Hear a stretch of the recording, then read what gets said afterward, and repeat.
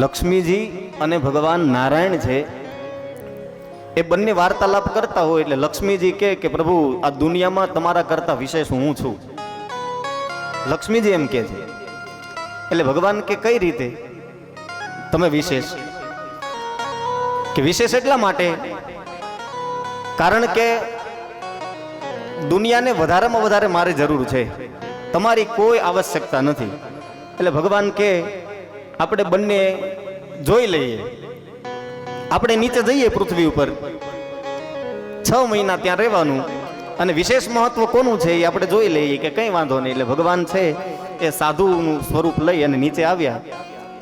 એક ગામની અંદર આવ્યા એટલે ત્યાં પૂછ્યું કે ભાઈ કોઈ ધર્મવેતા હોય, સનાતની સંસ્કૃતિને આચરવા વાળો, એમની ઘરે ઉતારો મળે, સારું ઘર હોય પવિત્ર, તો ત્યાંના લોકોએ કીધું કે ભાઈ એક ભગતનું ઘર છે, તમે ત્યાં જાઓ, એ તમને ઉતારો આપશે. એટલે ભગવાન છે એમના ઘરે જાય, એમના સ્વાગત કરે, પછી ત્યાં જમે છે અને પછી પેલા જે પુરુષો હોય ત્યાંના ઘરમાં એ સાધુ મહારાજને એમ કહે છે કે મહારાજ ભોજન લઈને રોકાઈ જાવ, આજ રાતવાસો અહીંયા જ કરો. એટલે ભગવાન કે રાતવાસો નહીં, મારે 6 મહિના રહેવું છે. એટલે ભગત હતા કે કંઈ વાંધો નહીં મહારાજ, એક રૂમ ખાલી છે, આવી જાવ, 6 મહિના આપણે ભજન કરશું, બીજું શું, તમને જમવાનું જે તે જોઈતું હોય તેમને કહેજો, અમે આપી દેશું. અમારા ઘરે સનાતની ક્યાંથી, અને એમાંય સાધુ પુરુષ, આ તો ભાગ્ય હોય તો આવે. એટલે એમની વ્યવસ્થા બધી કરી દીધી યજ્ઞ માટે, તપ કરવા માટેની, 6 મહિનાનું અનુષ્ઠાન કરવા માટેની. પછી લક્ષ્મીજી આવ્યા, 10 દિવસ થયા હતા, ઈ જ ગામમાં લક્ષ્મીજી આવ્યા. એટલે એ લક્ષ્મીજીએ ત્યાં પૂછ્યું એવી જ રીતે કે ભાઈ કોઈ સાધુનું ભગતનું ઘર ખરું? એટલે કે હા, કે અહીંયા તમે જતા રહો. એટલે લક્ષ્મીજી પણ ત્યાં આવે છે. હવે એમણે એક સાધ્વીનું રૂપ લીધેલું, એટલે એમને પણ જમવા માટે બેસાડે. પણ લક્ષ્મીજી છે ને એની એક વિશેષ કૃપા હોય છે, જેને જેને લક્ષ્મીજી સ્પર્શ કરે એ જોજો વેત એક ઊંચો હાલવા માંડે.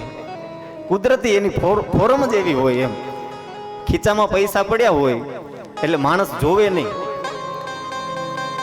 લક્ષ્મીજી ત્યાં ગયા એટલે જમવા માટે બેઠા, તો જેને લક્ષ્મીજી અડે એ બધું સોનાનું થઈ જાય. થાળીને અડ્યા તો થાળી સોનાની, વાટકાને અડ્યા તો વાટકા સોનાના. ઓલા સમજી ગયા કે આ તો કોઈ દેવી તત્વ લાગે છે કે આ જે અડે એને સોનાનું થઈ જાય છે.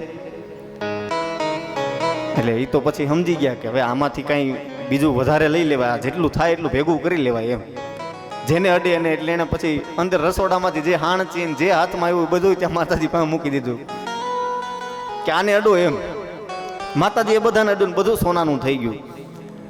ગરધણીએ વિચાર કર્યો કે આ જો આપણી ઘરે ટકી જાય ને તો આપણો બેડો પાર થઈ જાય. એટલે એ લક્ષ્મીજી જ્યારે જમીન ઊભા થયા એટલે પછી થાળીમાં હાથ ધોયા, અને હાથ ધોઈને ઊભા થતા હતા ને ત્યારે એ દંપતી જે હતા એમણે કીધું કે દેવીજી આ તમે આ પાત્ર તમે લેતા જાઓ. એમ કે ના ના એવું નથી. એટલે આને તો એમને જ કીધું હતું કે જો એમ કહી દે કંઈ રાખવા છે તો એમ જ જોઈએ છે. એમ એટલે લક્ષ્મીજી કહે કે હું જ્યાં ખાઉં ને ત્યાં પાત્ર હું લેતી નથી. તો કે તમે રોકાઈ જાઓ, હવે જવાય થોડું, અત્યારે રાત્રિનો સમય છે. એ કે ના ના મારે 6 મહિના અનુષ્ઠાન કરવું છે, આપણી બાજુનો રૂમ ખાલી જ છે. કે ત્યાં તો કોઈ ભજન કરતો એવું લાગે કે બસ એ તો સાધુ મહારાજ છે, હમણાં એ જતા જ રહેવાના હતા. અમે હવે એને 10 જ દિવસ થયા હતા, ત્યાં 6 મહિના એને રોકાવાનું હતું. એટલે એ કે આ સાધુ મહારાજ છે એને હમણાં જતું જ રહેવાનું છે, એટલે એમને રૂમ ખાલી કરાવી દો ને તમે ત્યાં રાતવાસોને કરજો. તમારે જેટલું રોકાવું એટલું રોકાજો. મૂળ ખબર છે કે જેને અડે સોનાનું થઈ જાય. એ લાલચમાં એમણે રોક્યા. ઓલા દંપતી ગયા અને કીધું કે સાધુ મહારાજને કે મહારાજ હવે અમારે થોડીક અડચણ આવી છે એટલે તમારે અહીંયાથી જવું પડશે. ભગવાન વિચારમાં પડી ગયા કે અડચણ શું છે એ મને ખબર છે, પણ હું નહીં જાઉં. કઈ મેં સંકલ્પ કર્યો છે તારા ઘરે 6 મહિના રહેવાનો. મહારાજ પ્રેમથી જાવ છો કે ટીંગા ટોળી કરીને લઈ જાવ? પ્રેમથી જાવ છો કે ટીંગા ટોળી કરીને બહાર મૂકી જાવ?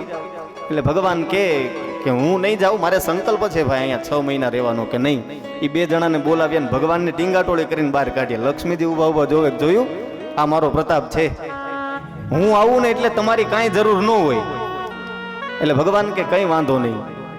થોડોક સમય થયો ને પછી લક્ષ્મીજી ત્યાંથી પાછા આવે એટલે ભગવાન કે હવે મારી ભેગા હાલો, હવે હું તમને બતાવું કે આપણી સનાતન ધર્મ કોની ઉપર ટકી રહ્યો છે. એ નાનું એવું ગામ, અને ગામની અંદર એક ગરીબ માણસ ઝૂંપડામાં રહેતો હોય, અને એની ત્યાં ભગવાન લક્ષ્મીજીને લઈ જાય, અને એ એમ કે છે કે પેલા હું નહીં, પેલા તું જા.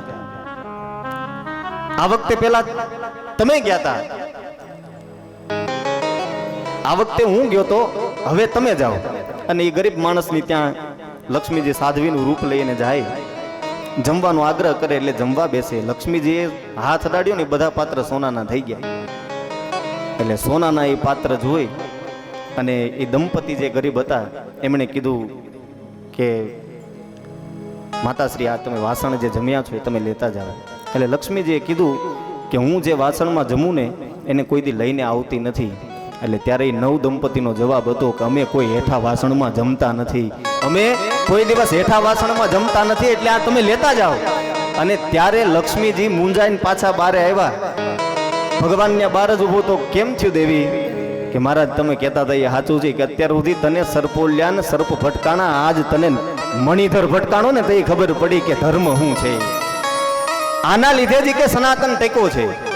આને તારી ધનની સુવર્ણની એને કોઈ આશા નથી. નહીંતર ઓલો તો પૈસા વાળો હતો, કદાચ 6 મહિના તને સાચવી શકે એમ હતો, પણ આ તો ગરીબ છે ને, છતાં એની લાલચ નથી એમાં કે તારું સુવર્ણ હું લઈ લઉં એમ. આના ઉપર આપણો ધર્મ ટેકો છે ને એ ધર્મને સાચવવા માટે આપણે જ્યારે ભેગા થયા છીએ ત્યારે ભાગવતજીના પ્રથમ શ્લોકનો સ્પર્શ કરી અને